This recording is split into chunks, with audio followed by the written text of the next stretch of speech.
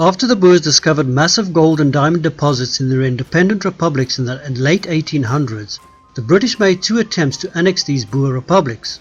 The Brits lost the First Anglo Boer War to great embarrassment, but finally resorted to a scorched earth strategy to conquer the Boer nation in 1902, killing 34,000 women and children in their newly invented concentration camps, forcing the Boer men to surrender. The bounty was more than half of the world's gold reserves and a quarter of the world's diamonds. For an entire century, South Africa was the world's largest gold producer by far. Where did all the gold and diamonds go? This is why Brits demonized the Boers.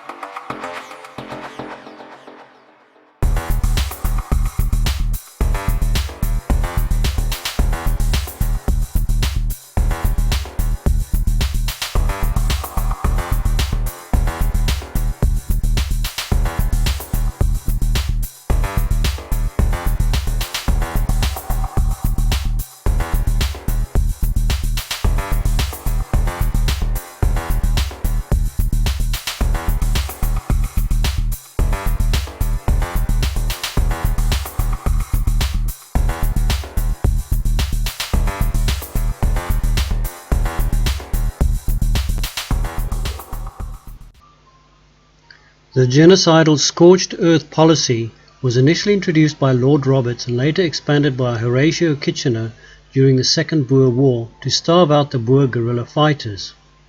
In complying with this policy, almost all the Boer homesteads were burnt to the ground, livestock killed, crops burned, and the women and children were sent to concentration camps. In the camps there were inadequate food and medical services, and during 1901 about 25,000 children and 3,000 women died in these camps. In total, more than 35,000 Boer women and children died. After the war there was an estimated 19,000 orphans. This is where the word concentration camp was first used. In British camps that systematically imprisoned more than 115,000 people. In fact, More men, women and children died of starvation and disease in these camps than did men actually fighting in the Second Boer War of 1899 to 1902, a territorial struggle in South Africa. By the end of the Boer War, an estimated 46,370 civilians were dead, most of them children. It was the first time in the 20th century that a whole nation was systematically rounded up, imprisoned and exterminated. It was a horror that the world had never seen anywhere outside of the Bible at that time. As one woman put it, since Old Testament days was ever a whole nation carried captive?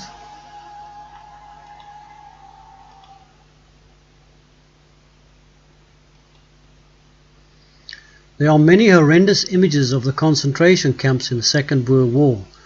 This one is very telling, where blacks, employed by the British, are used to drive Boer women and children to the concentration camps, whilst the soldiers burnt down the homesteads and crops and slaughtered all the livestock. Needless to say, pillaging, abuse, rape, etc. was rife. Boer women and children are being seen transported to concentration camps. Here's a sequence of a Boer homestead being blown up by British soldiers.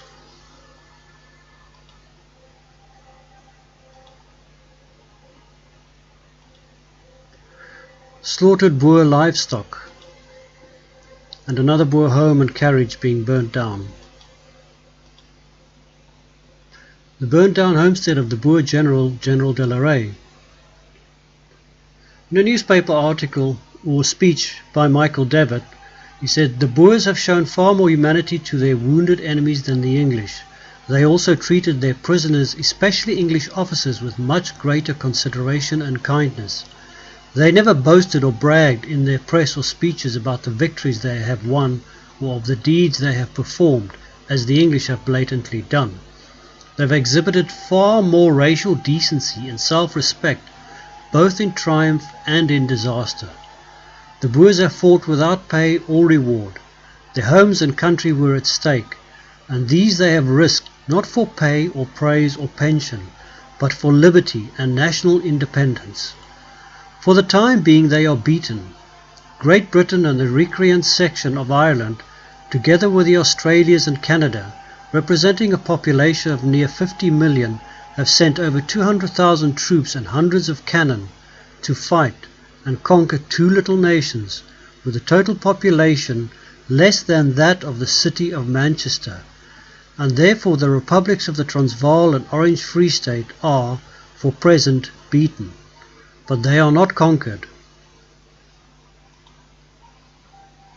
The Irish Transvaal Brigade under John McBride also fought with the Boers.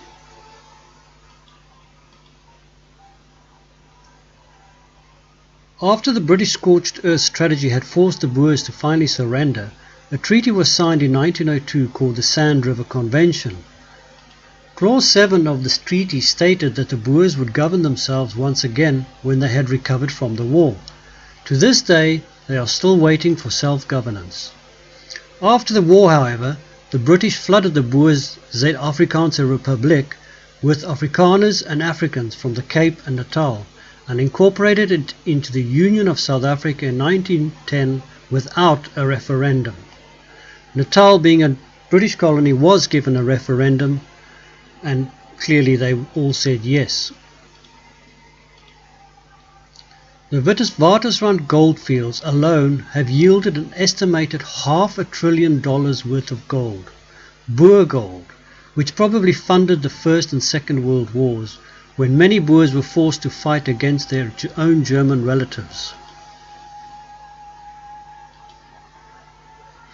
That is why the Brits thanked Mandela for giving them a moral high ground with which to demonize the Boers, from whom they stole over half the world's gold reserves and a quarter of the world's diamonds. The symbolism behind the new South African flag. The spear of the nation, which is Mkhonto Sizwe, which is the ANC terrorist wing, and the vierkleur or four colour, which is the flag of the Boer Republics, Zuid-Afrikaanse Republiek. 2. The terrorist spear starts to penetrate the four colour. The terrorists penetrate deeper, creating polarization and division by radicalizing moderates with extremism. The new flag is the symbol of victory of communism over freedom, of socialism over conservatism, of globalism over nationalism, of elitism over the people, of rich over poor.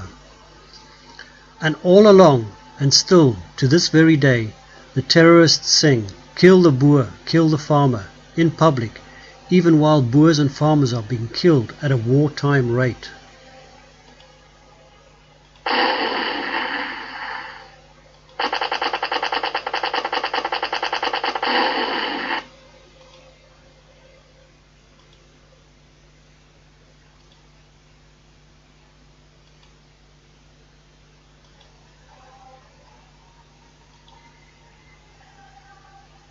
Here we see one of Pretorius' brothers from the Boer being surrounded by hordes of South African police as they are taken to trial.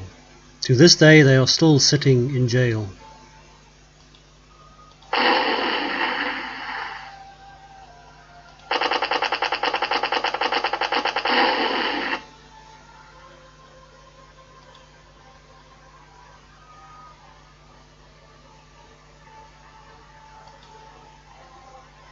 Between 2000 and 2014, under-invoicing of gold exports from South Africa amounted to $78 billion, or 67% of total gold exports. Trade with leading partners were missing the highest amounts were India 40 billion, Germany 18 billion, Italy 15 billion, and the UK 13 billion. Someone is stealing the proceeds of the gold.